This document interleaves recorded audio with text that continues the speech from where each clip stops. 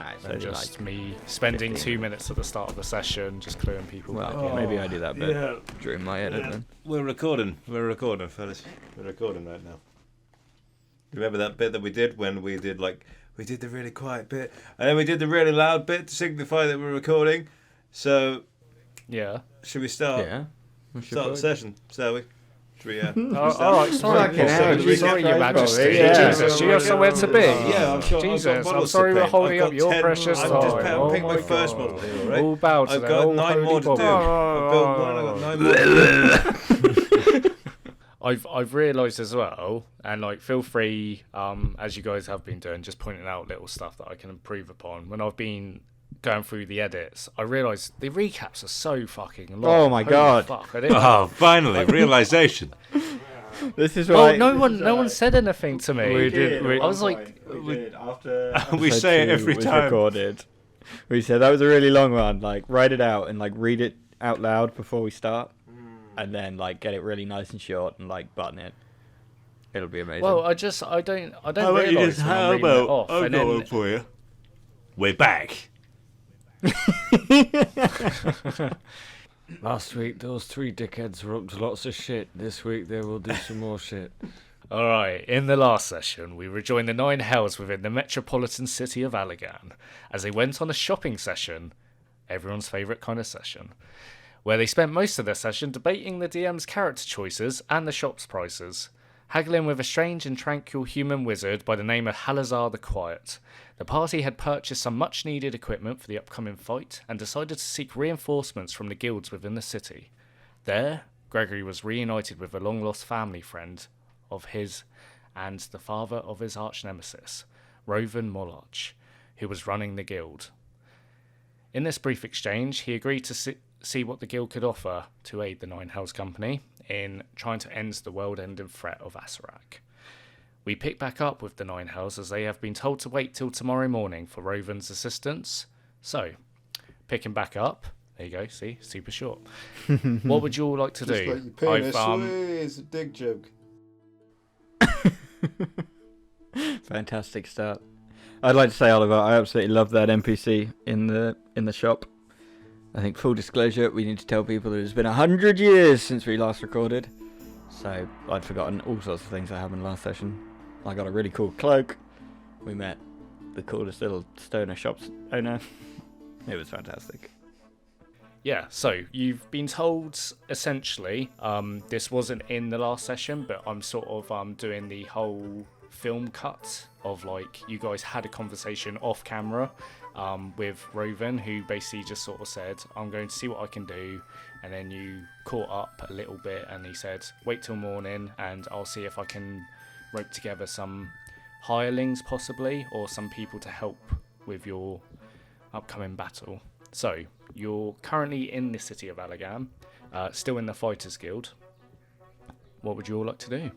We don't have to RP heavy. We can just sort of say, I'm just gonna have a chill one and go to bed, and then we can speed forward to the next morning, or you guys can get up to some no good. Halazar did mention about a puppet show he was going to in the evening. Oh, he did, didn't he? Which is also an option. Yeah, we might as well go along to that puppet show. How do you guys feel about going to this puppet show? JC, Gregory? Well, at the beginning I was very apprehensive about this puppet show. But after spending what feels like 3 days in that man shop, I'd love to go to that puppet show.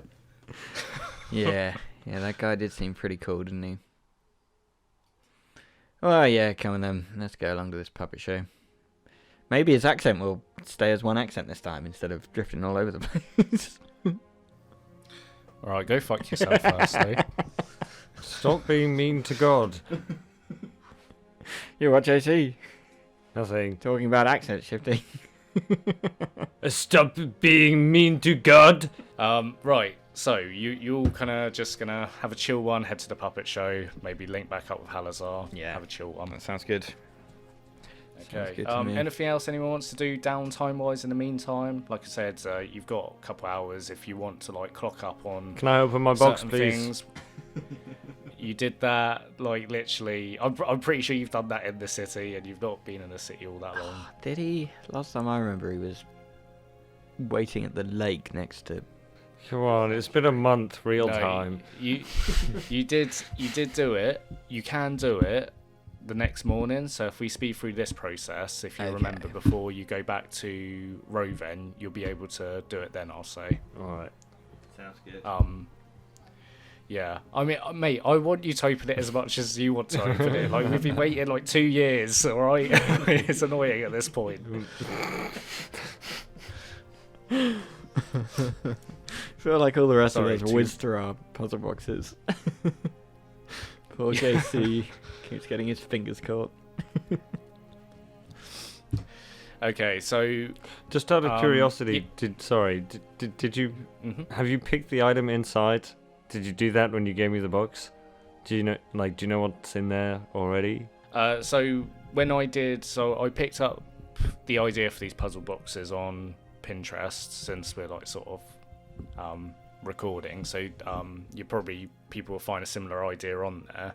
But yeah, you get different tiers, and each tier it's a higher DC to open it. But yeah, when I offered it to you guys, whoever bought them, I would have got a tier that equated to, you know, whatever the box's level was, and essentially to your class as well. So it is a crafted item for John Claude. It's just you haven't been able to get it. Maybe this is the key to the whole thing. Maybe we need to find Acererak's puzzle box and open that. It's a good job this intro isn't going on too long. That's actually the final boss. It's just going to be a The puzzle, puzzle box. box. Give me 3 investigation just checks gonna and try again tomorrow. I'm gonna, yeah. Son of a bitch, the world's about to explode! Yeah, if you fail, I'm you just gonna die hand you like a instantly. Rubik's cube in real life, and you lot gonna. Oh "Right, my fuck God, this, that would I be don't wanna play crazy." anymore." 3d20s in a row. Did I pick up like a spell book? Yeah, you picked up Erixas, which you know, the crazy mage that was smearing poop on his cell. Oh, I That did. you, Yeah, you're right. Yeah, can I have a quick flick through that, like maybe later this evening if necessary? If we've got time before the puppet show, I would like to have a quick look through that. But if there's Yeah, it's about midday at the moment, so you've got all afternoon. nice, yeah, 100%. I'd like to sit down and read through that and see what spells are in there. Okay. So Erix's books, because he had like a little satchel. He had a journal. Flicking through that quick, it's like a brief outlook, but obviously with your key mind, you can sort of pick up almost everything. You know, roundabouts. It details the culture and livelihood of the Emerald Enclave, and judging by the amount of content in here, he's been living there for roughly 30 to 40 years, coming back and forth. Wow. So he built up quite a catalogue, which again, they're quite reclusive as a what's the right word? A faction. So, you know. And they didn't yeah, always it's hate got quite magic, did they? They've only hated magic since like the spell plague has started. Roll me a history check. 14. 14. You would know they do have a naturally negative view of magic in general anyway. The Emerald Enclave are very much preserve nature at all costs. You know, they're almost extremists. Nature shouldn't be disturbed, and they do think magic is a perversive nature that kind of disrupts the balance. But not to the extent that you met them with. It does seem like the whole scar in the sky, which again is still very prominent, and it does put people on edge. It's definitely probably upped their sort of anxiety tenfold. Second book you find in the satchel is a storybook called The Wolf of Luskin, and as soon as you see that, you remember a story Soleil was telling you. You overhear him when Gregory had his outburst in Shadowdale, and she was saying about how her first transformations in a seaport like settlement along the Sword Coast up at the very top. where she accidentally attacked a few people, and this storybook details a white terror that used to prowl the streets of Luskan at night and slaughter kids in their beds and stuff. And you're like, strange little parallels here. The third book is Erix's spell book, and I'll copy and paste the spells that he's got in there. And yeah, essentially, spell books, it's down to each individual kind of flavouring, how they're kind of written. Yeah, this one's very old, tome-like leather bands that kind of wrap around it rather than like a buckle to fasten it together. Very rough and rugged, multiple pages torn, other pages kind of almost glued back in. Fiddle's just in his own little world, scurrying away at Erix's books and stuff, as JC and Gregory just sort of sat there, potentially making small talk, although I assume JC's not really the biggest fan of talking, so maybe just both sat there enjoying the silence. And the evening rolls around in Alaghon, and you see, again, the weather from Alaghon, which is where you came from with the Emerald Enclave. It sort of crests over towards Alaghon, so it is humid, but it's a cool humid as the evening starts drawing near. And where you're at in the government district, you start hearing there's like a lot of shouting and a lot of jeering going on. You're like, And round about this time, it's about ready to go to the puppet show, which you would know is in sort of the main kind of square of the government district, where the I keep forgetting what it's called. I don't know if it's an amphitheatre or not, where the stone steps are, where all the Greek politicians would be. Yeah, it's that's an where amphitheatre. Yeah. Amphitheatre. Okay, cool. Yeah, where all the Greek politicians would be. That's where it's held. So you end up going down there, and as you arrive, you see there's a huge crowd in the centre, where you see there's all these different people circled around the amphitheatre, and you see there's two individuals stand up on either side, and they're both shouting at each other. You see one gentleman, a tiefling male, wearing merchant clothes, red skin, long curved horns that curve behind his head, long slick black hair that falls down to his shoulders, very slender frame that's kind of pointing and shouting at the other individual, who's this very burly human male, long kind of almost Samuel Tarly beard, not quite joined together, and again merchant's clothes, and he's shouting right back, and they're having a sort of debate.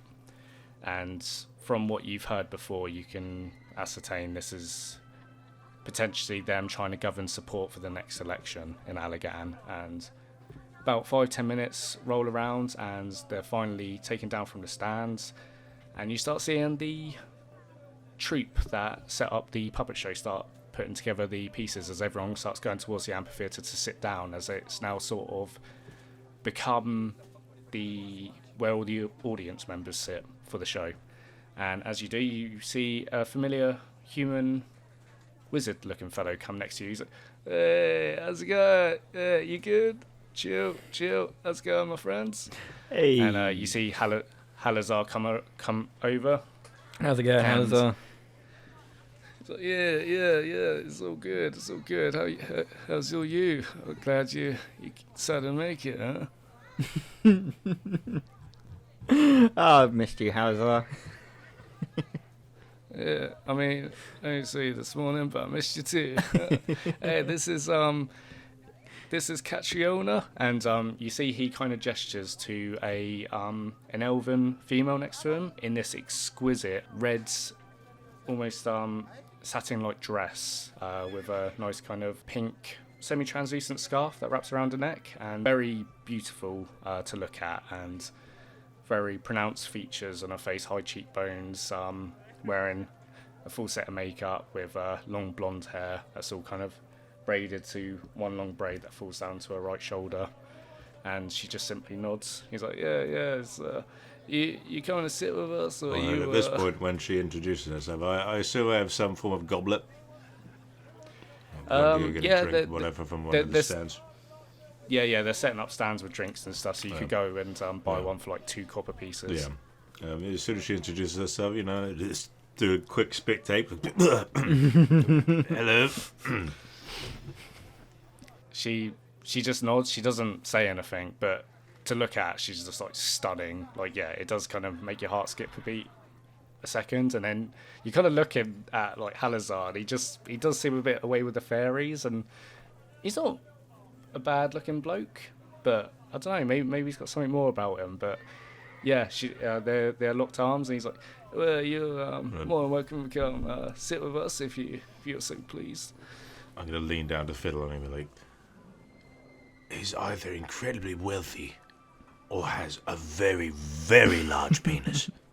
I use the message cantrip so that I'm only speaking to Gregory and nobody else can hear me. And I say, eyes front, soldier. We've got a world to save. 10 gold large penis. I shake his hand.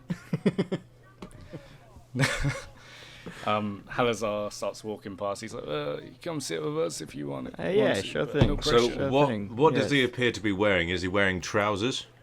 Or he's got a robe on? Yeah. Has he got like a lot of rings He's got on? no- Has he got like a lot of gold just got- jewellery?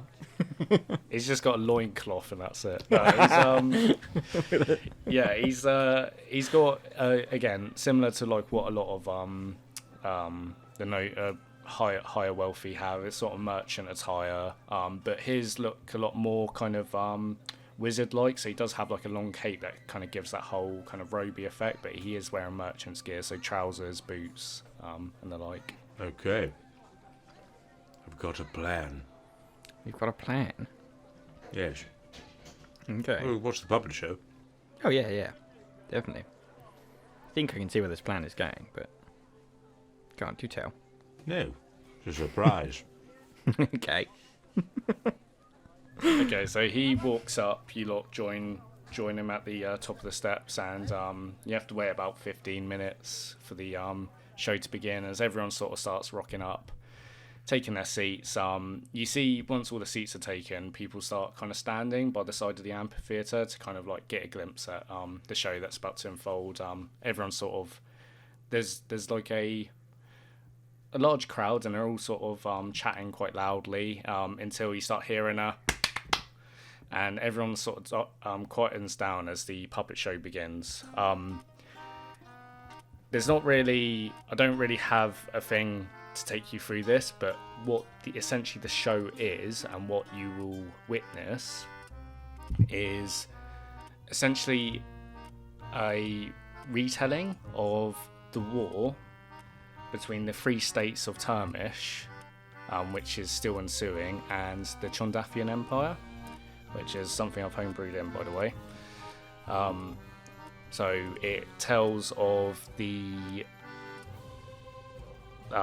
wizard, the human male wizard that got into power over the council of the Chondathian Empire, and he is sort of seen as this big overseer. He rules with an iron fist.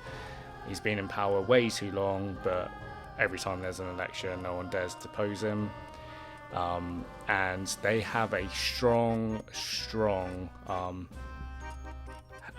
hate for magic. Magic is outlawed in Chondath, which the puppet show details the hypocrisy of that, being this gentleman is a mage himself. It depicts these large stone towers that the Chondathian Empire is putting mages in, that has some sort of magic nullification.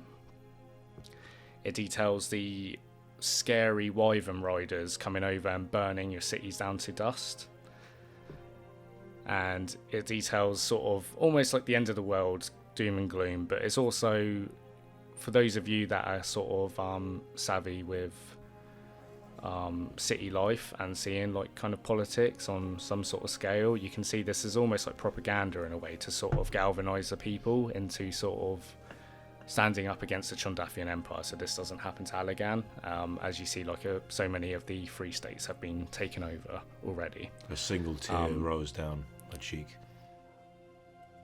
It's the most beautiful thing I've ever seen in my life. the misery, the pain, but the hope in the people of this land. It's beautiful. I think you've been spending too much time with Hallister. Look, Fiddle. The simple medium, such as puppets. Who would have thought she could rouse such strong emotion inside of me? I hate the Chondathians. I hate them. As you say that, you see the gentleman in front of you. He's like, yeah, I hate them too. Yeah, fuck Down the with Chondathian Chondathians. Empire. Down with the Chondathian Empire. Yeah, you start to get like a bit of a cheer from the crowd and sort of all shouting at the overseer. This whole play goes on for about an hour before it sort of comes to a finish with sort of again the Alaghon City Watch along with the other city-states all banding together as one unified force to face down against the evil governor of the Chondathian Empire and slaying him and standing on top of a mound of dead wyverns. I'd stand up and clap. Stand up. Huzzah! Give a standing ovation. Bravo!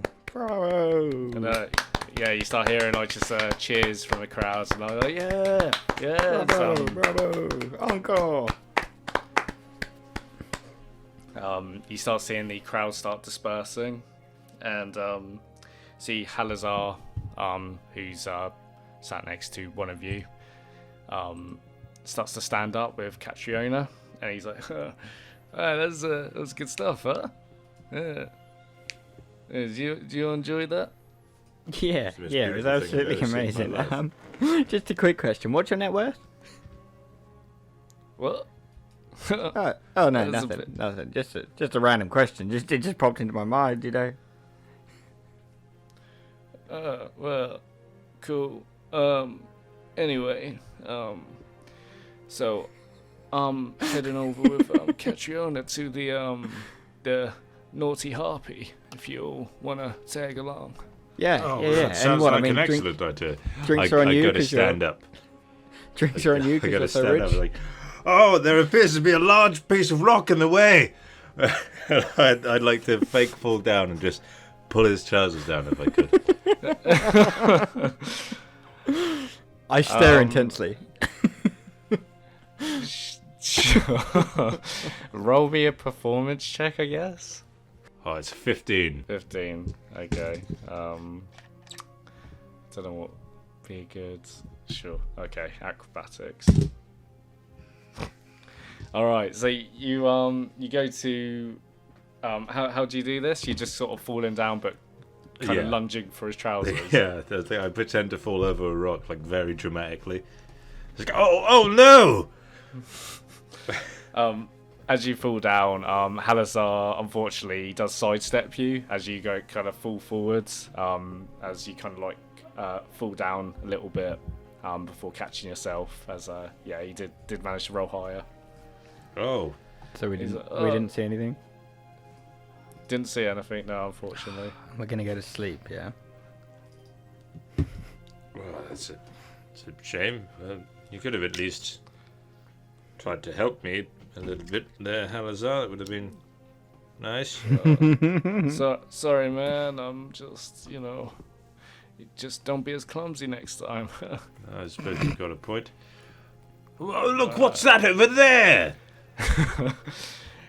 So he's walking straight past you at this point, unless you like deliberately like kind of undress him. God, do I have anything for this? Zone of Truth. That was what I was gonna suggest. Yeah, I'd like to cast Zone of Truth, please. Okay, so you just cast it on the spot with all these people around. I suppose so.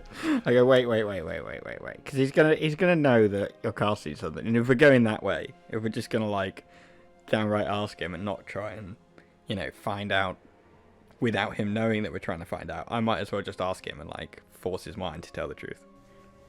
I suppose. But is that the way we want to go? Well, I was kind of hoping I'd get another chance just to pull his trousers down.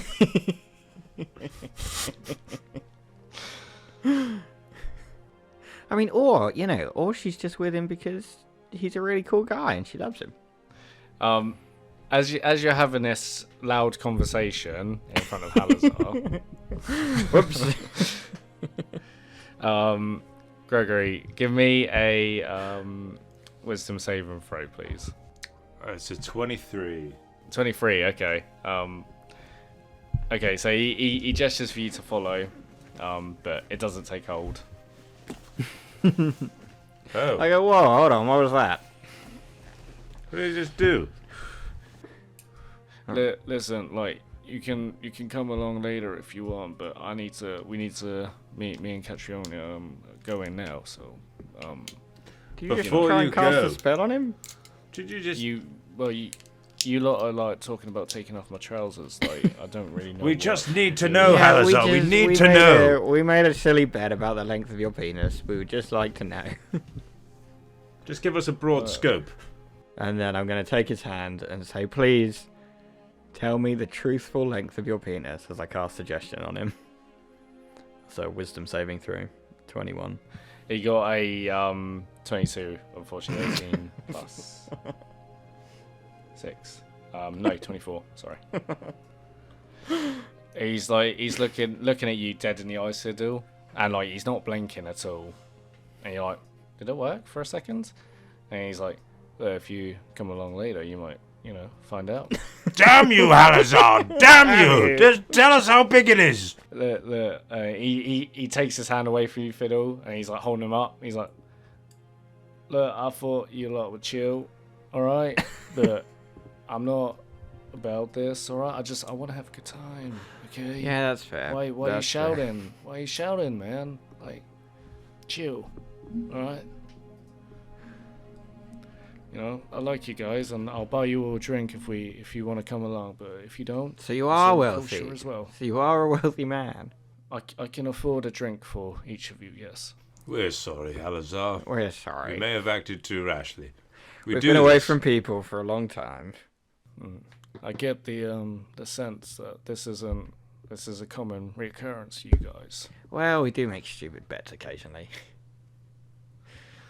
Not normally as insensitive as a man's penis size, but, it happens.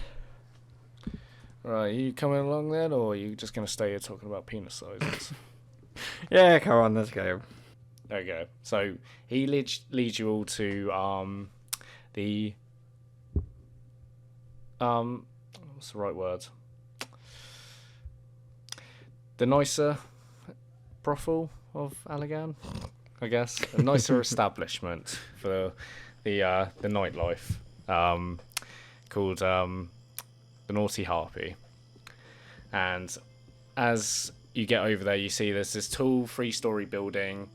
Running adjacent to it is 2 kind of houses. They got all these purple tapestries that are hanging over the balconies of each floor. Each one with a harpy in there, obviously upper half exposed. And you see there's a bouncer at the door as well. And upon reaching there, you see Halazar speaks to him for a few seconds, and then the bouncer reaches over to this red rope that blocks the doorway, and then lifts it open for all of you to pass through in to the establishment, which, upon entering, you see just... You cannot see any of the wooden structure in here because it is all covered with cushions. There are cushions absolutely everywhere in this nice cozy establishment. A bar is over to your right with stairs leading up to the 2nd and 3rd floor. And you see there are lots of exotic dancers in here. All of them different races and backgrounds, as well as lots of patrons in here as well. More of the wealthy noblemen in the city, as Halazar finds a nice cozy booth, which is this small room. No door there, just some sort of like curtains draped over that kind of blocks the view from people outside looking in. As he kind of walks in, settles down, assuming you all go and join him, you see there's one of the dancers in here comes around with a tray full of chalices with wine in it, which Halazar had ordered specially. Sets sets it down into the booth, and then leaves as you're all kind of sat in there. And yeah, I suppose in this sort of sense, it's more just I ain't RPing shit here, so it's what you guys want, what you guys expecting as your characters. I think we sit there, drinking away, trying to come up with a plan, really. Hopefully with Halaster's help. We sort of sit there and go, right, okay. What are we actually going to do? What's the current plan? To find Acererak's phylactery? Phylactery, yeah. To find the phylactery in the town, which is still miles away. Where are we now? Are we still in that, like, town that we arrived in from the island? Mm-hmm. Alaghon. Alaghon, we are, yeah, with your bakery. We are still in Alaghon, okay. Yeah, we're going to leave Alaghon tomorrow. Am I going to try and teleport us there again? Now that we're away from that island that stopped all my magic, now we can just teleport there. Is my bakery okay now? Your bakery is okay now, yeah. We left the Sole bakery in is charge. fine. Sole's in charge of your So- bakery. yeah. It is all good. So yeah, I think I just teleport us there, like I tried to 6 years ago. Ended up on that island. Swear to God, if we end up on that island again, I'm quitting. Someone else can save the world. Yeah. JC offs himself. Could you imagine if after all of this, the phylactery's not even there? It's in the Underdark or wherever the other place was. Guaranteed there will be some people listening to this who are like, marathoning it. And that conversation was like this morning, and they're listening in the evening. It's taken us like months. Months and months and months. Well, this is all well and good, fellas, but what about my wife? My wife. My wife. Yes, obviously we do still need to go to the Nine Hells at some point to collect Elizabeth. No, that was it. No, sorry, yes. I'm currently trying to research this. I'm currently trying to research how to do a plane shift. Halasar, can you plane shift? Oh shit, man. Yeah, of course I can. Really? Do you mind if we exchange some notes on this? They don't call me Halazar the Quiet for nothing. You get me? yeah, I get It's it. because he's quiet about what he can do. I understand now. Because I was thinking he's not a very quiet man. He actually talks quite a lot. But he doesn't talk about the things he can do. It makes so he's a much very sense. humble- he's a It very makes humble so man. much sense. Show me your penis, Halazar. Show me it. I think you, my friend, need another drink. Hey, he just sort of claps his hands. You see there's another bottle of wine comes in. I'm curious about something. I'm curious about whether he cares because of the bet or whether he cares because he just wants to know. So I'm going to go over and say, you know what? You win the bet, Gregory, and I'm going to hand him 10 gold. Just to see if he continues Fiddle. trying to find out. Although I'm 10 gold richer in money, I'm no richer in knowledge. Listen, I'm more than happy to exchange, spells if that's what you're asking. You're gonna have to specify a certain place, though. You can't just say, the Nine Hells, and you end up where you need to go. You need to find the plane, and you need to specify a location name. Like if there's a settlement in this plane, you say, I want to go to this settlement, and it will take you there. But if you don't, well, the universe is a mysterious place, my friend, and you Yeah. might find yourselves I in get somewhere that. you don't want to be. I get that. As far as I remember in my, reading on this spell back as a, apprentice at Candlekeep, I sort of remember it just saying, specify a target destination in general terms. So, I think I'll be fine. There's Yeah. no, mishap table to roll on or anything. I remember seeing after that saying such as the city of brass on the elemental plane of fire. Yeah, exactly. That's the sort of, place. Yeah. I'll look up some city names in the specific layer of the Nine Hells that we need to go to. Okay, I'll cool, figure cool. it Well, I'm just looking out for you, my friend. Cheers, alright? cheers, thank you. But yeah, I mean, if you could speak to your guy and maybe get us a tuning rod for the 9 hells, that'd be incredible. That's that conversation. Is there anything else anyone wants to do? Halazar has a room for the night, and he doesn't offer to pay you guys for a room, but I'm sure if you just niggled his ear long enough, he probably would just busk a couple of gold. You do get the sense he is quite wealthy. Plus, you did just trade with him a couple of thousands for all your items altogether, so Yeah. he's probably feeling quite flush at the moment. Yeah, he must be like a millionaire with all of the stuff we just bought off of him. Like he owned all of that before we ordered off Fiddle, of him. there's one thing that we haven't considered. Yes, What if it's both? it could be both. And he could just be like a really cool, chill guy. What if it's Naturally all charismatic. three? It could All be, you are three of right. them.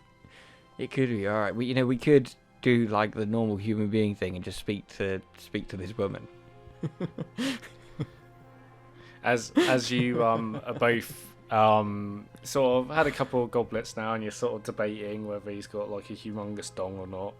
JC, you're kind of sat there on the sofa, and you see this dwarven dancer comes over to you. Again, wearing these like very thin, semi-translucent dress, and comes over. It's like, "You're right, darling. What are you saying? You looking for a bit of company tonight?" No, thank you, sir. I'm Sir? sorry. Oh, no. Thank you very much. My heart belongs to another. But thank you very much, young man. Another, eh? Oh, who's that then? A lot of people coming here, married already, but, a bit of fun on the side never hurts. I know, but I cannot do that to your mother. It would break her heart. Looks around and then looks at, over at,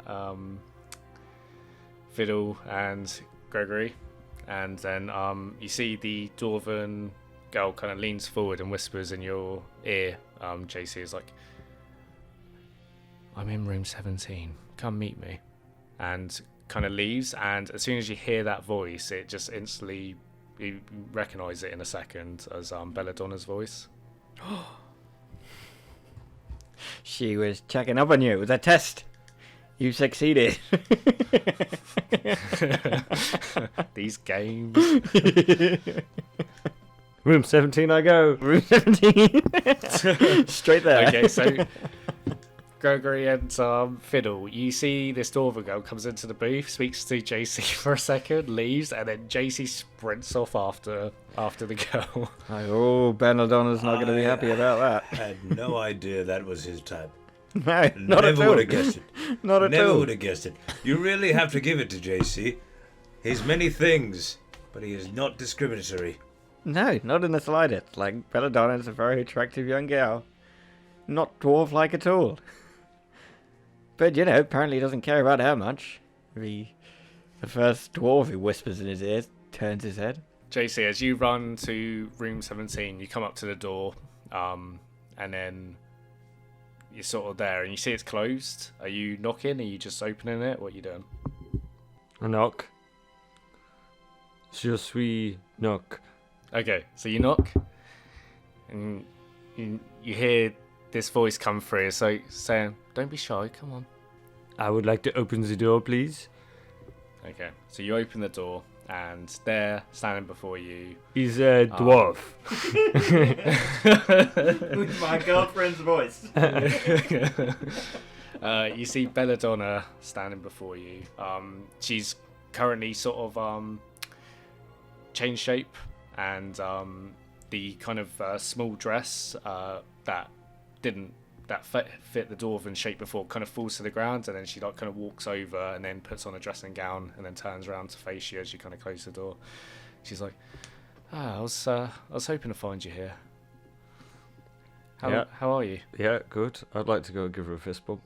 Or a hug, whichever she'd prefer. Give her a fist bump, and she just kind of gives a tug. She tugs a smile, picks up your hands, and then kisses it and puts it down. And she's like, "Are you okay?" Has Belladonna been in any of the episodes yet? Since we started recording? No, she hasn't. No, she hasn't. No, so yeah, for the audience, Belladonna is JC's kind of girlfriend. We rescued her when, like, very early on in the campaign, and she stuck with us for a little bit, and then she turned out to be a harper. And now she's back. How exciting. Yeah, I'm alright. Still haven't saved the world.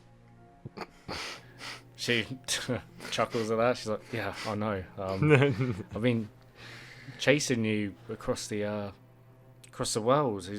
I went over. We had word that your band were over in Cormier, so I rushed all the way over there, and then you all disappeared, and then heard sightings of you in Shadowdale, so went there, disappeared again, and then I heard you were over here, so I've literally had to." And she kind of like sits down, and you kind of look at her, and she, like, her hair is very windswept, and you know, it's definitely not.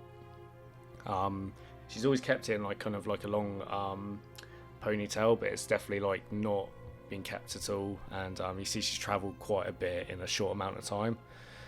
And she's sort of like catching her breath, and she's like, "I heard word that you're going after Acererak." Fiddle learning to teleport's definitely been the worst thing to happen to Belladonna. I mean, it's fine, right? Because she's an NPC. Good point. Anyway, yeah, I'd like to tell her I've missed her, and that I've been asking God about her almost every day, every session. Okay, so you kind of have a quick catch up, and she tells you she's been going through the Harper's network, using their teleportation circles to kind of jump from place to place, and she's been going towards meetings. You hear like the Harpers have been, because they've made up primarily of a bunch of bards and magic users, mostly, as well as spies. They've all been contacting all the different rulers of the land and sort of amassing a sort of defense against Acererak, as there's been sort of somewhat of a disruption over in the Sword Coastway. And she basically like kind of turns around to you. She's like, we have intel that Acererak is going for some sort of big artifact. He's been activating these magical nodes across the realm to kind of punch a hole through the weave. That's how it has managed to usurp the mantles of some of the divine thrones and create this blue flame that's been destroying the divine realms. And the second node was the Shining Citadel, which, you know, we saw firsthand how horrifying that was. He's going for the last one. He's quite close. It's something called the Mana Forge. It's never even heard of it. Been trying to get some of the scholars, but Candlekeep don't rightly want to know, which is very odd. But we believe it's something about a throne of blood as well. That's all we really know, but that's where this creature's heading to next. I heard that you lot are going to destroy the phylactery. Is that correct? That's the plan, if we can find it. I mean, that would help. That would make it being able to destroy him. Well, we essentially flipped a coin, so we're hoping that... Do you know where it is? No, we flipped a coin. We had two options. What were the two options? I don't fucking know. It was like 12 years ago. It was Cedarsbrook in the Gulthmere forest, or the House of the Rising Sun in the Underdark. I don't know. The House of Dark Awakening. The House of something in the Underdark. As I recall, it was those places. Why did I get you guys those notebooks for your birthdays? Oh yeah. She nods, and she's like, right, well, that sounds very promising. And she sort of like glances off into the window. Hey, I'm trying, okay? She's like, I know, we all are. This is dark. I was just baking bread like 2 months ago. Yeah, I mean, we've only really known each other like, what, a month and a half maybe, throughout all of this. We've only seen each other for a few days. Feels like It's a lot been- longer than that. Does feel like a lifetime. And she sort of like scooches closer, kind of grabbing both your hands. She's like, I don't know what's going to happen if he gets to this mana forge. If he activates it, what happens to us? It's a existence. But I don't want to run anymore. And she's just sort of like looking at you, like, you know, sort of having that moment. She's like, if you will have me back, I think I want to be by your side, no matter what happens. Of course, you can do what you want. Of course you're welcome back. I thought you had the mission to do. You can come and go as you please, of course. There's always a space for you here. She's like looking at you, like dead in the eyes. She's like, no, you're not listening to me. Do you want me back? This is the same answer for the company and me. You can come and go as you please. I understand you may have things you have to do. It's okay. This isn't... She's like looking off, and she's like... She's sort of like expecting a different answer to that. Yes, I do. She's like, look, we've never really said what we are. We've had like 2 nights together, really, 3 nights maybe. I know it's nothing. Shut up, come on, let me introduce you again to the guys. This is hilarious. This is exactly how Josh is like in real life. Yeah. She like rolls her eyes and she's like, okay. And then I suppose lead her back down to the conversation that I suppose Fiddle and Gregory. Does she look like Belladonna now? Yeah, she's Amazing. back to looking like Perfect, yeah. Belladonna. Oh, that's right then. So as soon as Yeah, we so see her, Bella- as soon as we Be- see her, me and Gregory have just seen him run off with a dwarf. I go, bloody hell, that was quick. she was on him straight away. Wow. Hey, Belladonna. Whoa. She's like, What a, I Hello. thought he was miles away. We thought he'd be completely safe, completely Don't be- secret. He's already running into trouble. Don't be too angry with him. He's spoken about you every day since you left. she kind of side-eyes him with like a smile. She's like, I'm sure he has. And she's like, she looks down at like the wine at the table. She's like, is this up for grabs? Yeah, this go is- for it. this We is can your order room? some more. Just pours herself some, just joins you lot. So, how goes the Harpers? Are they all ready for a fight? Do they know? Do they know about, Acererak? So,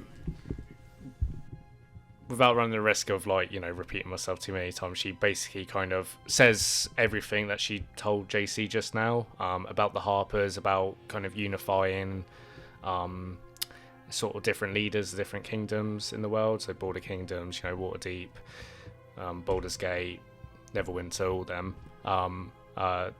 There's a huge threat in Chult as well, emerging, which is where their main focus is. So something's happening on the Sword Coast, but she also says about Acererak, and he's heading towards the magical nodes.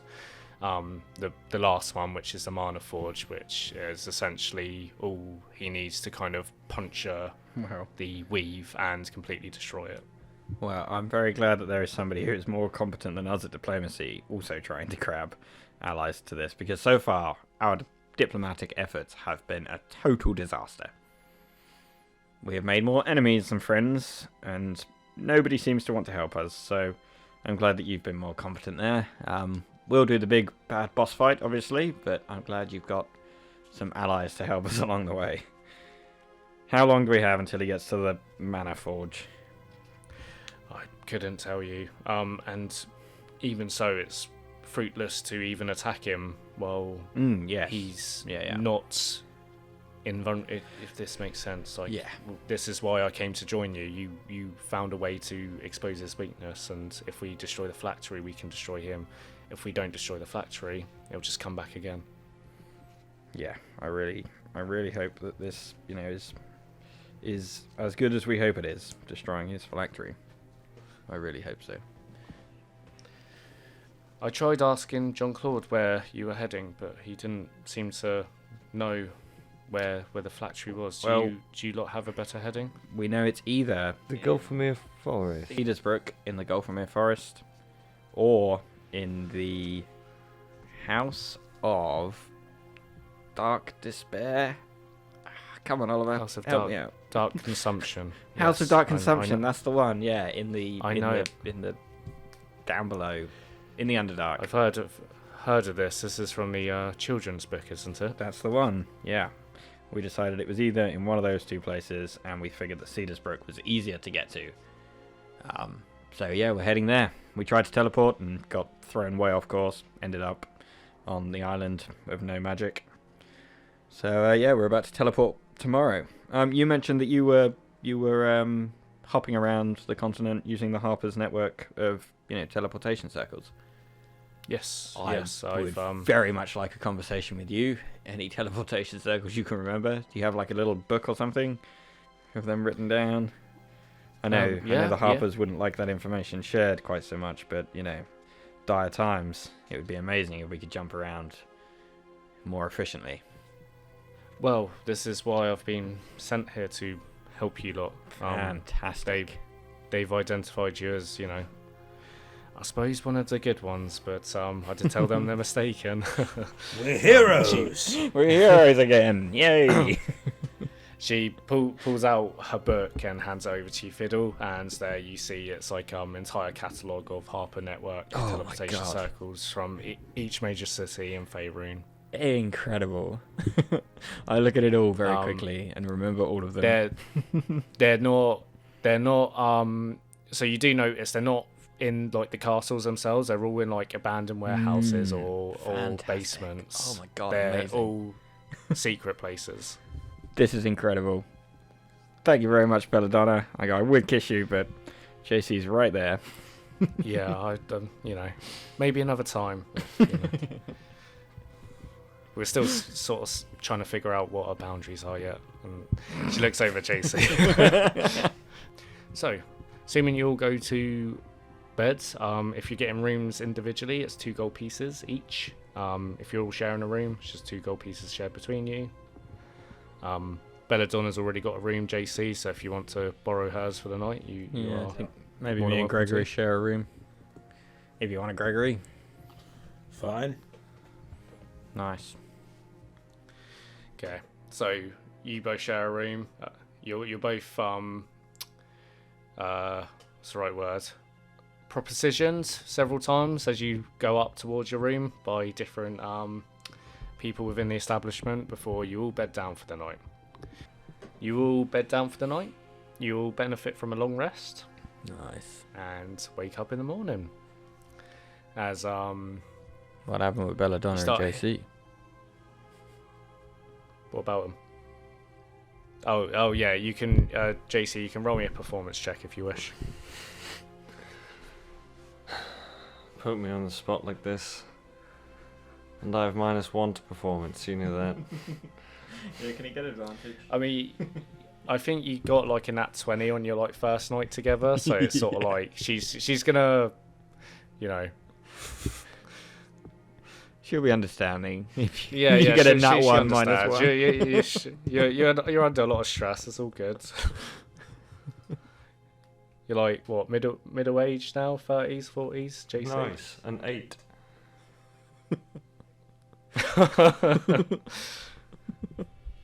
Is that it? I'll give you an inspiration.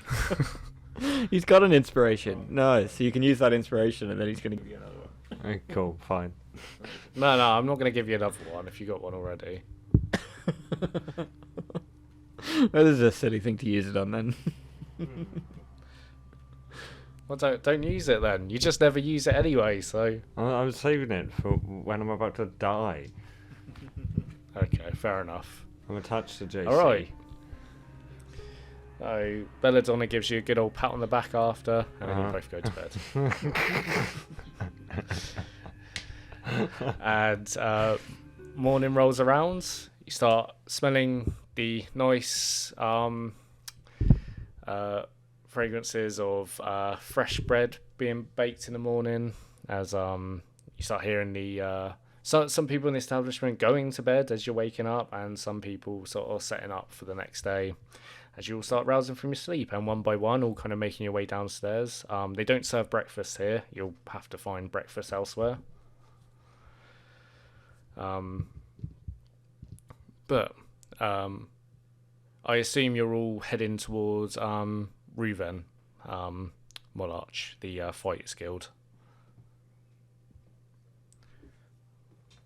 Okay, so you all get ready and head over to the Guild's district and find...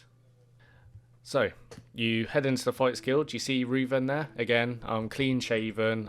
Gregory still very off-putting, the fact that, he looks so similar to Sigismund, just, without the beard. It's very hard to look at for you, as he sees you all approach. He's like, yes, hello, Gregory and his friends. How are you all faring? You all look well? You all look well rested? We're okay, I guess. Perfect. And he kind of gives you a big old pat on the shoulder, Gregory. Maybe a bit too familiar already, but right. Yes, you're here to see if about the aid. I've put out the word. Again, we are currently trying to send forces to stave off the Chondathian Empire's onwards march with their increasingly aggressive attitude towards us, but I have managed to find a couple of sellsword warbands, small that is, but that could help you with your fight. They're in the back if you want to come have a look, and he starts leading you through almost like the companions in Skyrim. There's like kind of a back area where there's sort of like training dummies, archery ranges. Walks you around to this back kind of space here, where you see 3 different groups all kind of sat around, all kind of fully armoured, all their different attires, that all seem to be mingling amongst themselves until Reuven comes out, and then they all start standing to attention. You see like a leader from each kind of band steps forward as you kind of make your way out back, and then he's like, right, well, I suppose I'll start from left to right then, and he walks over. And you see there's this tall and absolutely massive half-orc. He is built like a brick shithouse, and he's got these 2 big... they almost look like battering rams, but like made to fit onto his arms, that are kind of led to his sides. And he's like looking over at all of you. He's like, this is Bergzak, and these are Bergzak's besiegers. They are specialists when it comes to breaking down walls and essentially any sort of siege scenario whatsoever. They are the people you call to get you out of a tight spot, or get you in a tight spot, I suppose. Really good, professionals in their field. Can't ask for no one better. There are essentially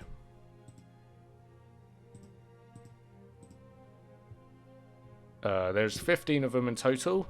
Each of them charge 2 gold pieces a day, so they run 30 gold pieces a day. I know it's maybe a bit more expensive, so we'll go on to the next one, as like the middle of the range. And he walks over to the middle group, which there are 10 of them.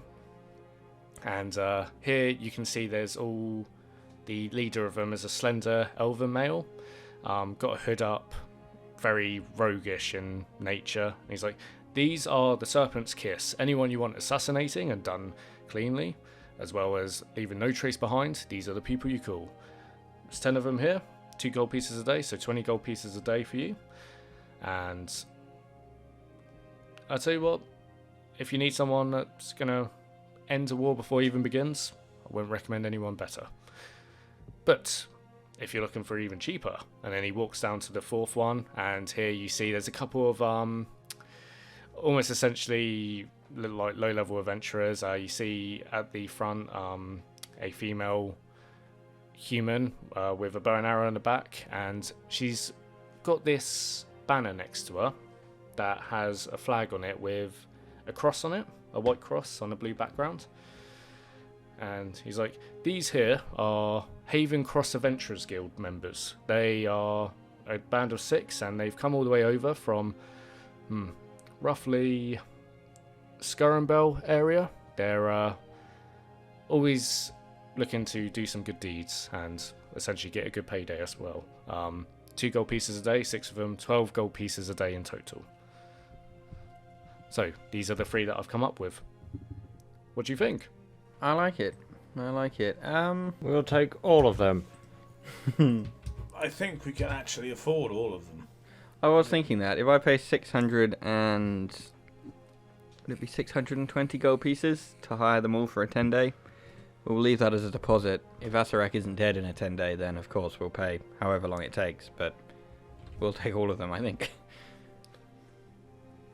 Yeah, I mean, he looks around at all of them, and you see all of them are like very, up for it. And you see the Havens Cross people in particular, they're like really shocked because they were looking at the other 2 and they look like, very much weathered, whereas these lot are like, they've seen some action, but still very fresh-faced and not that many scars.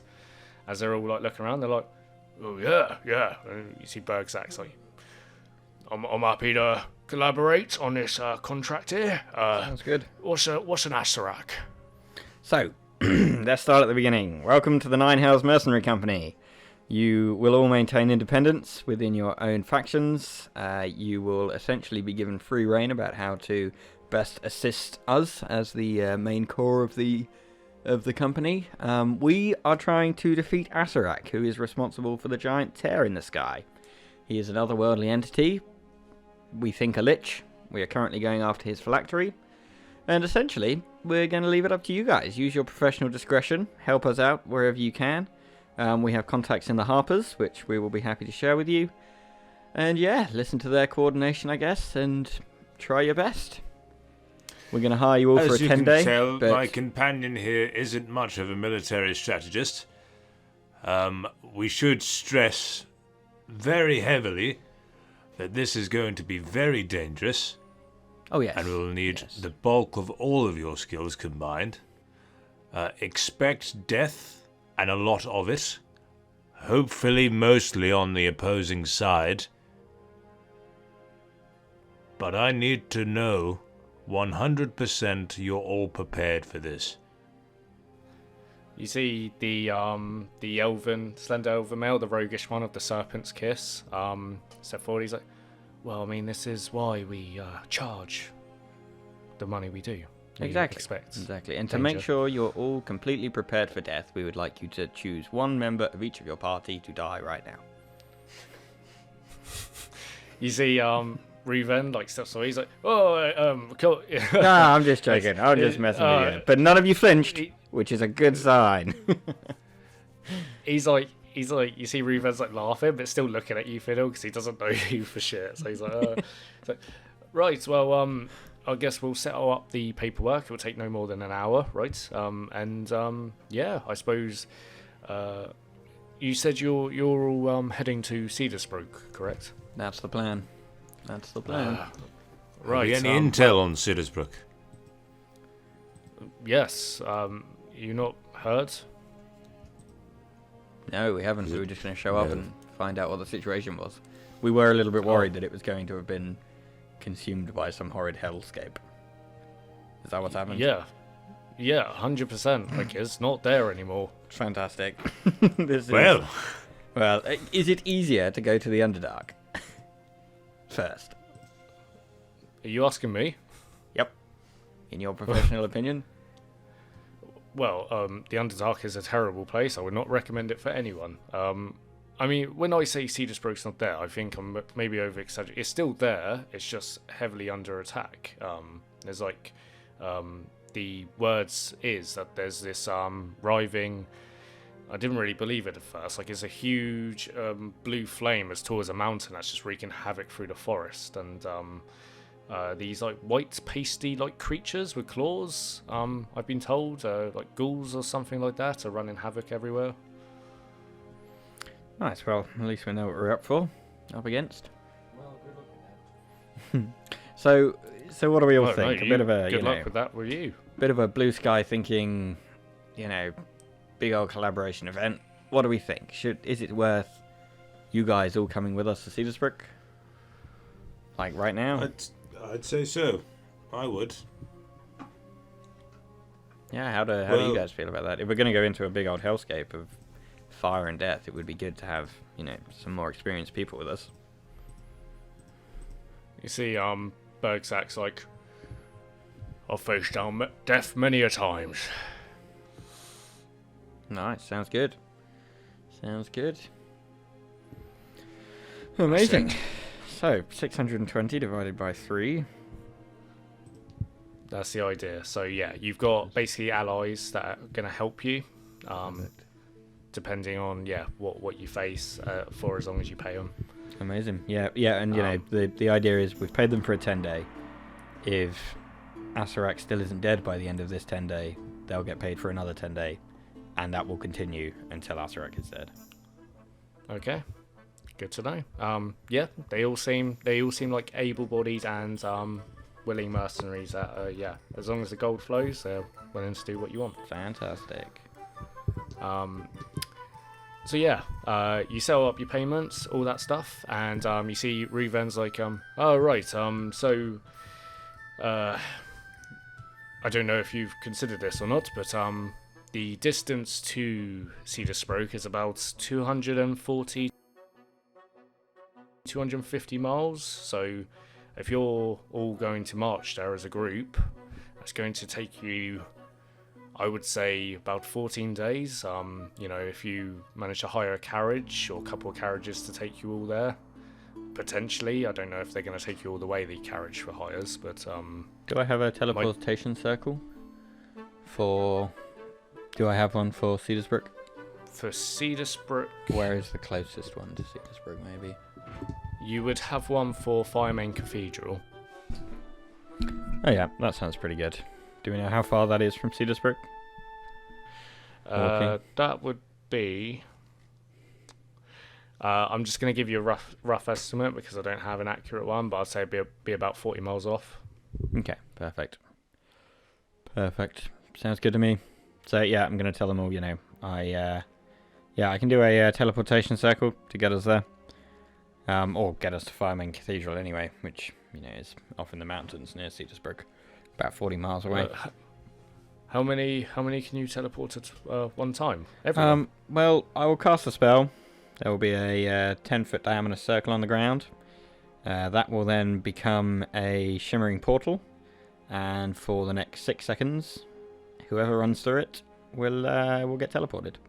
I think if we line you all up in one go and have you running, and then I'll open it just as the first person gets to the edge of the circle, and you'll all just run through in 6 seconds. There'll be enough time in 6 seconds for everyone to run through. Oh, this magic's all behind me. But above me, sorry. Behind me? I mean, it'll be in front of you magic as you run through, and then it will be behind you once you're through. Oh, I'm not coming. No. Sorry. I thought I was speaking to the leader of the other guys. Sorry. I mean, you're welcome to come. We can pay you as well. No. My knees. You might even see your son. He's apparently wait, what? fighting this thing. Well, my son's in the Gulthmere. I asked you, Gregory, if you've seen my son, and you were saying... Well, Oh. You didn't really give me an answer. Is he alive? She's Sorry, like looking at all of you now. Whoops. Well, as you knew him. Yeah, he's Not alive, as sort you of. knew him. We thought he was very evil, but He is. he appears to be doing good this second, but we believe there Very may be evil. ulterior motives. And the group of people he's with weren't even very helpful. We'll see what happens with them in the end. He's with Elminster. He killed my fucking wife. Okay? He's like looking at you. He's like, what? He killed my wife. I didn't want to talk about it. I didn't want to talk about it again. But here I am. Okay, your bastard son killed my bastard wife, okay? I'm so sorry. He's like looking around and looking at you, like he's like, look, you've got stuff to do. I won't hold you up anymore. And clearly this is painful, but I can tell when someone's going down a bad path, Gregory. I've seen that look in myself one too many times. Don't go there. I think it's far too late for this.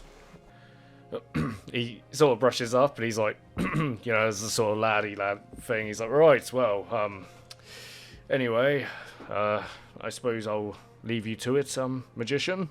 And he gives you a nod, Fiddle. He's like, Thank you very much. Knowledge. I mean, he like looks down, he's like, Reuven will do, I think. No, it's nice to say knowledge without a sneer on my face. I mean, well, if any of you need any training at all in fighting or whatnot, you know where I am. And, good luck, I guess. Who was it who wanted to change their feet? Was it JC or It was I. Okay. So I would say this would run like in like Tasha's thing, where it's like training for a couple of weeks, but I think just sort of reading the room. Oh no, we go today. We've already slept. Yeah, we go today. Yeah. Like later this evening. So I'd say he teaches you some of the basics, and yeah, we could say you just sort of put them into practice. And that's why you've got the feet in the you know, going forwards. But you know, flavor wise, it's sort of like, you know, you're just putting in your fighters training and relearning all of it. Yeah, sounds nice. Just try and forget about the fact that this is the father of the man that killed my wife. And it's fine. It's just a part of life. It's fine. It's a part of life. She's never coming back. Elizabeth, I want to kill myself without you. All right. So is there anything else anyone wants to do before you teleport back to the Gulthmere forest where it all began? I'd like to do my puzzle box, please. Yes, you can. That's gonna take 3 hours. That's fine. We've got paperwork and shit to do. Yeah, I'm doing the paperwork. Gregory is training, and JC is opening his puzzle box. Investigation check then, JC. 22. 22. The first hour passes by and you manage to get it open to the first stage. Now, second investigation check, please. 21. All right. Second hour passes by. You get to the... Belladonna comes in the room. Yeah, Belladonna comes in, starts sort of like... You go, get out! I'll explain in an hour. Roll me one final investigation check, JC. 24. Yes! Oh my god. Okay, God, what do I get? Hold on. Just getting it. You get one baked apple. Yeah. I think we bought it. I think you and Necros had them from the start, and I think Harlan bought his from Sketch. Yeah, you two bought yours from Sketch, and Necros, yeah, had one.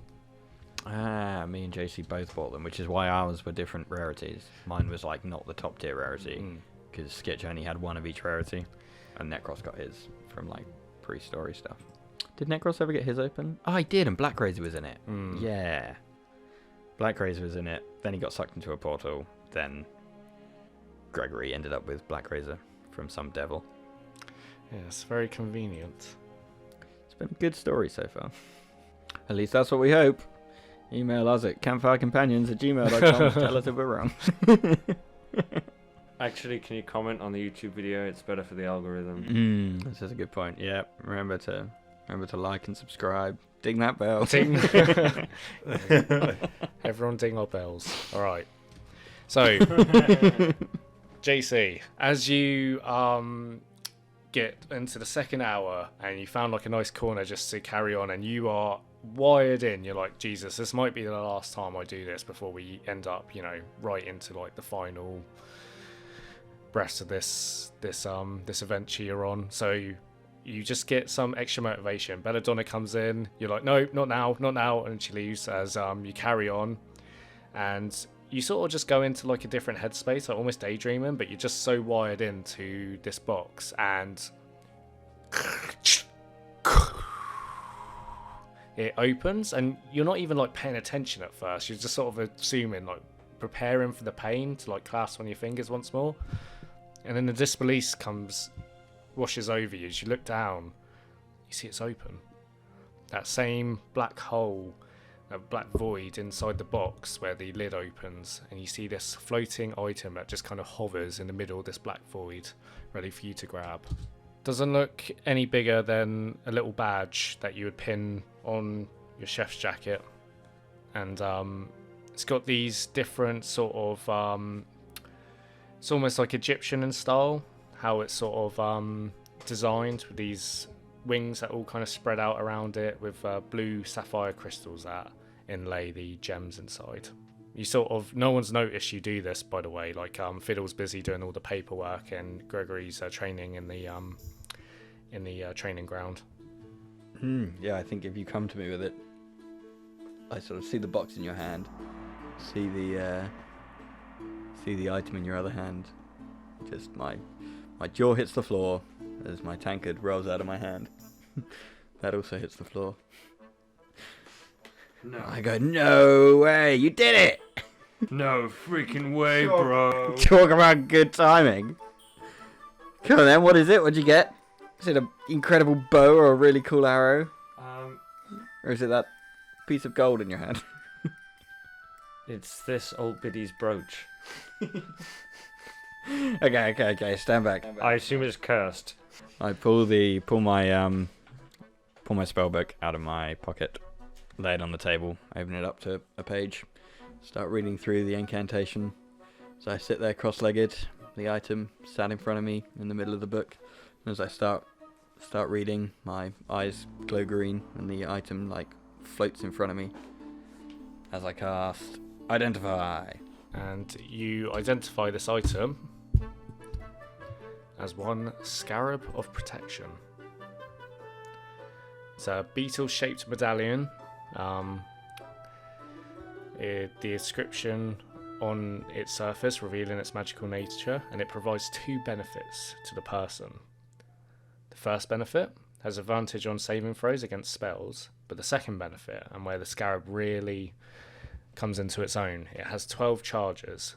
If you fail a saving throw against a necromancy spell or a harmful effect originating from an undead creature, you can use your reaction to expend one charge to turn the failed save into a successful one. The Scarab crumbles into powder and is destroyed when its large charge is expended.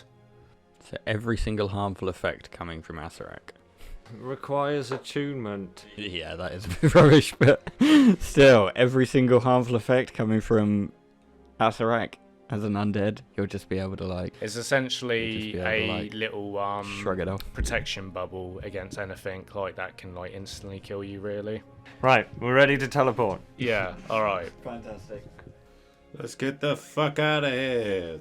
So, are you all ready? You all geared up? Okay, let's go. Let's gather everyone up together. Are we all ready for this? Aye, aye, Captain. Yeah, Everybody let's have around. it. Amazing, yeah. And then I start, I look at the book and start drawing out the sigils Okay. for, the Firming Cathedral. Okay, draw out the sigils, and once you finish up with the chalk and each individual symbol, Yep. And then hold the spell in my hand, get ready to fire it, get them all in a line, and go for it, run. And just as the first one gets there, I fire off the spell. fantastic. The portal opens, and they all go running through. Like the 501st Airborne just coming out of the plane, they all just start going through one by one. Nice. And then I'm standing next to it, like slapping them all on the arse as they go by. And as soon as they're all through, I jump through as well.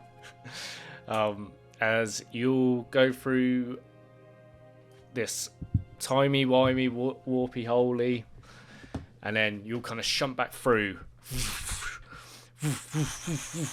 You'll start popping through into this kind of abandoned basement where you see it's all concrete around you, and you're looking down. It's like an old tavern's like storeroom. So you see all these empty kind of bottles, all smashed, all broken. And you look down and you can see there's a couple of dead bodies down there, and there's blood stains just all up the walls. And you're hearing this absolute ruckus coming on outside, and it's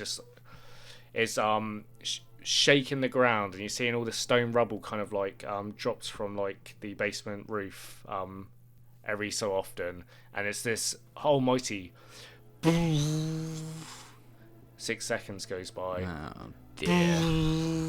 And I it remember sends this. a tingle up all of your spines, and Fiddle, it starts rubbing you up the wrong way, and you start to feel all that anxiety coming back, man, as all that depressive feelings from the Shadowfell just becomes very prominent here now.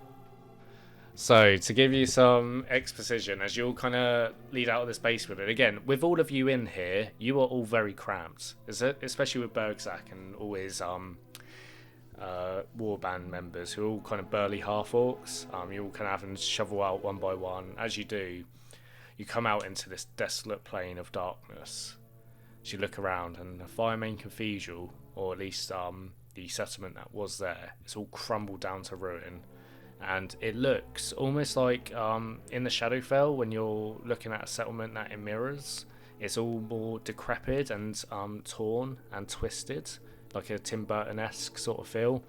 It's looking very much like that. I mean, for a second, you kind of mistake it for being in the Shadowfell itself. As looking around, and you can see there's no one in sight, just dead skeleton, skeletal remains about. You're hearing distant shrieks from the weird looking forest that are now no leaves on its trees, just all worn and torn. The trees all twisted and mangled. And beyond the forest, where the coastline is, where Starmantle was, towards Salt Rock, you're just seeing this one blinding light with the shockwaves that passes over. Doesn't affect you. You feel the kind of ground shake, but you see the shining citadel floating above the kind of coastline up in the sky and letting out these ripples. And looking over towards where Fiddle you would have pinpointed Cedarsbrook, which from here would be about roughly a 4-day march at a slow pace. If you're walking towards that way, you can see in the very distance this blue hue of light. And again, light doesn't really exist in the Shadowfell. It's more monotone. It's blacks and greys and whites. So when you're looking at each other, all the colours sapped from your armour and your items. But looking over towards where Cedarsbrook is, you can see a vivid blue flame that seems to kind of just peter off in the distance. Yeah, as we run out, freeze frame. We'll get mowed down by machine gun fire. The end. You're probably wondering how I got here. Out here in the fields, I fight for my meals. I was born in the USA.